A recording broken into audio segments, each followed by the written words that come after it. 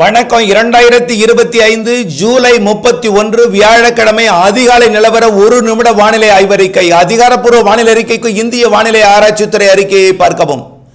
இவ்வளவு நாளாக மிரட்டிய மேகம், விலகிய மேகம், இனிமேல் மேகம் சூழ்ந்ததும் தூறல், கருமேகம் சூழ்ந்ததும் கனமழை என்று மாறப்போகிறது. இன்று மாலை இரவிலே ஆங்காங்கே மதுரை மற்றும் சிவகங்கை மாவட்டங்களிலும் சேலம் மற்றும் வட உள் மாவட்ட பகுதிகளில் ஒரு சில இடங்களில் மழைப்பிடிவை கொடுக்க போகிறது. நாளை ஆகஸ்ட் 1 கொஞ்சம் மழைப்பிடிவு தீவிரமடைய போகிறது.